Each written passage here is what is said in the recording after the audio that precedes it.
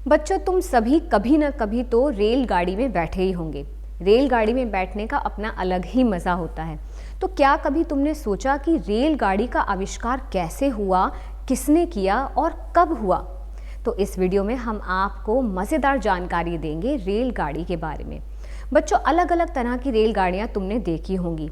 Metro train, पटरी पे चलने वाली ट्रेन, कुछ ऐसी ट्रेन जो कि पैसेंजर्स यानी कि यात्रियों को एक जगह से दूसरी जगह ले जाती है, और कुछ ऐसी गाड़ियाँ माल रेलगाड़ियाँ जो कि माल को, सामान को एक जगह से दूसरी जगह पर लेकर जाती हैं। कुछ ऐसी गाड़ियाँ जो कि ज़मीन पर पटरी पर चलती हैं, और कुछ ऐसी रेलगाड़ियाँ जो कि अंडरग्राउंड यानी कि भूमि के अंदर भूमिगत होती हैं। तो इन सभी के बारे में हम आपको जानकारी देंगे। तुमको ये जानकर बहुत आश्चर्य होगा कि ये जो रेलगाड़ी है ये अलग अलग तरीके से यानी कि अलग अलग पार्ट्स में इसका आविष्कार हुआ।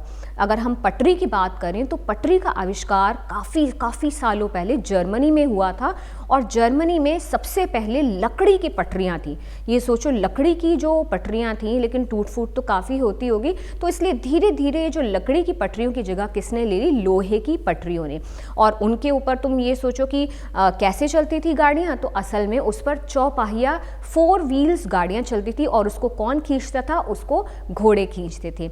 और 200 लगभग 200-250 साल पहले इंजन का, भाप के इंजन का आविष्कार किया ब्रिटिश इंजीनियर जॉर्ज स्टीफेंसन ने। और जब भाप के इंजन का आविष्कार हो गया तो पीछे डब्बे लगकर रेलगाड़ियां एक जगह से दूसरी जगह सामान और यात्रियों को लेकर जाने लगी। रेलगाड़ियां तरह तरह के काम आती हैं, जैसे कि मैंने तुम्हें कहा कि वो यात्रियों को एक जगह से दूसरी जगह लेकर जाती हैं।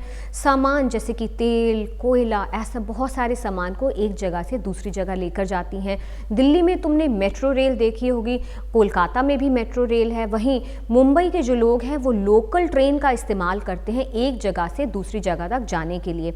और ये भी एक बहुत ज़रूरी जानकारी है कि पहले जो ट्रेन थी वो कैसे चलती थी? कोयले की भाप से, यानी कि कोयला इस्तेमाल किया जाता था, और उसके बाद डीजल का इस्तेमाल किया जाने लगा। और आजकल डीजल से तो ट्रेन चलती है, लेकिन आजकल इस्तेमाल किया जाता है बिजली का। आजकल जो ट्रेन्स हैं वो बिजली से चलती हैं। ऊपर, ट्रेन के ऊपर की तरफ, जैसा कि तुमको यहाँ दिख रहा है कि बिजली के जो तार होते हैं उनसे ट्रेन को इलेक्ट्रिसिटी मिलती है और वो स्पीड से चलती है।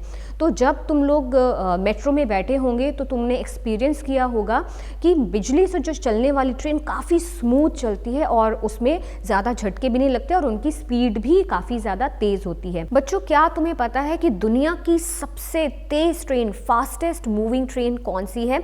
दुनिया की सबसे तेज़ चलने वाली ट्रेन है फ्रांस की TGV, जिसकी जो पिक्चर है तुम यहाँ साइड में देख सकते हो। कितनी अलग सी और कितनी सुंदर सी ट्रेन है।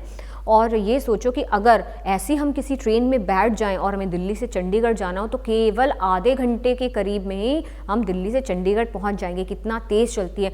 500 किलोमीटर से भी ज़्यादा, यानी कि लगभग 550 किलोमीटर पर आवर, एक घंटे में 550 किलोमीटर ये तय कर सकती है। इतनी तेज़ रफ्तार है इसकी। और कहा जाता है जापान की जो बुलेट ट्रेन है वो भी बहुत तेज़ स्पीड से चलने वाली ट्रेन है। अब अगर बात हम करें कि आखिर भारत में जो ट्रेन है उसका कब शुरुआत हुई, तो सबसे पहले 1853 में तो ब्रिटिश लोगों ने यहाँ पर ट्रेन का जो है शुरुआत की थी। और सबसे पहले कहाँ पर? मुंबई से लेकर ठाणे तक। आपको नाम याद रखना है। मुंबई तो उस टाइम बॉम्बे हुआ करती थी, बम्बई हुआ करती थी, तो बम्बई से लेकर ठाणे तक उन्होंने सबसे पहली ट्रेन चलाई। 400 लोग उसमें सवार थे, और 16 अप्रैल को, ये आपको याद रखना है। बच्चों, तुमने जब रेलगाड़ी में गए होंगे तो बर्थ भी देखा होगा। तो ये जो बर्थ था शुरुआत में रेलगाड़ी में नहीं था, लेकिन इसका आविष्कार किसने किया? जॉर्ज पुलमैन ने। ये जो स्लीपिंग कार है, बर्थ का आविष्कार उन्होंने किया था। और एक और इंटरेस्टिंग चीज़ के बारे में बताते हैं कि भूमिगत यानी कि जो अंडरग्राउंड रेलवे थी वो सबसे पहले कहाँ पर शुरू हुई थी? लंदन में शुरू हुई थी, और 1863 में शुरू हुई। और कैसे इसको बनाया गया कि पहले बहुत ज़्यादा ज़मीन को खोदा गया, वहाँ पर पटरियाँ बिछाई गई, और पटरी के ऊपर सुरंग बनाई गई, और सुरंग के ऊपर उन्होंने फिर से सड़क बना दी। तो इस तरह ऊपर जो है वो गाड़ियाँ, यानी कि रोड के ऊपर गाड़ियाँ चलती हैं, और नीचे जो है वो ट्रेन चलती हैं। तो अब तो बहुत सारी कंट्रीज़ में अंडरग्राउंड रेलवे बन रही हैं। अंडरग्राउंड के साथ साथ पुल के ऊपर भी ट्रेन चलती हैं। तुमने कई जगह देखा होगा कि पुल के ऊपर एक फ्लाईओवर जैसा होता है जिस पे पटरियाँ होती हैं और उस पर भी ट्रेन चलती हैं।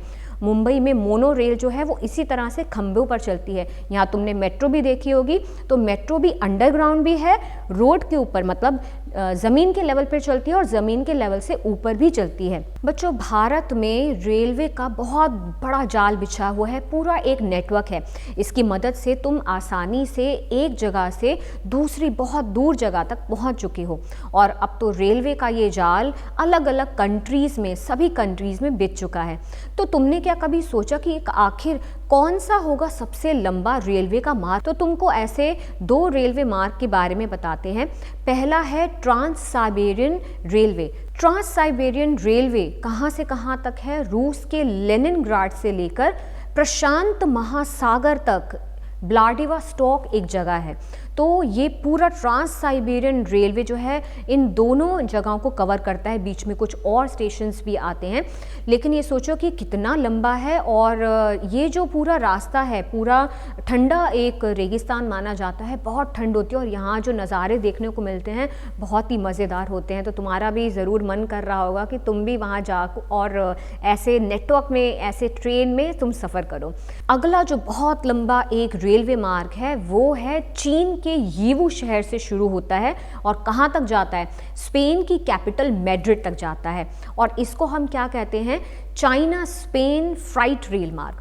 तो ये भी बहुत लंबा रेल मार्ग है। तो इस तरह से बच्चों तुमने आज सीखा कि एक्चुअली रेलवे कितनी तरह की होती हैं, कि यात्री को ले जाने वाली होती हैं, पैसेंजर ट्रेन्स हैं, गुड्स ट्रेन्स हैं, मेट्रो ट्रेन्स हैं, भूमिगत यानी कि अंडरग्राउंड हैं, और भूमि से ऊपर चलने वाली या फिर पोल्स पे चलने वाली ट्रेन्स हैं। तो बहुत ज़्यादा प्रकार हैं। ये भी तुमने सुना कि पहले जो है इंजन भाप से चलते थे, किसकी? कोयले की भाप से। फिर डीजल वाले इंजन, लोकोमोटिव इंजन आए और उसके बाद बिजली से चलने वाली ट्रेन्स आई। तो तुमको ये सारी चीज़ याद रखनी है और जो लास्ट में वर्कशीट्स दी जाएंगी उनको हल करना है और हल करके अपने टीचर्स तक उन्हें पहुंचाना है।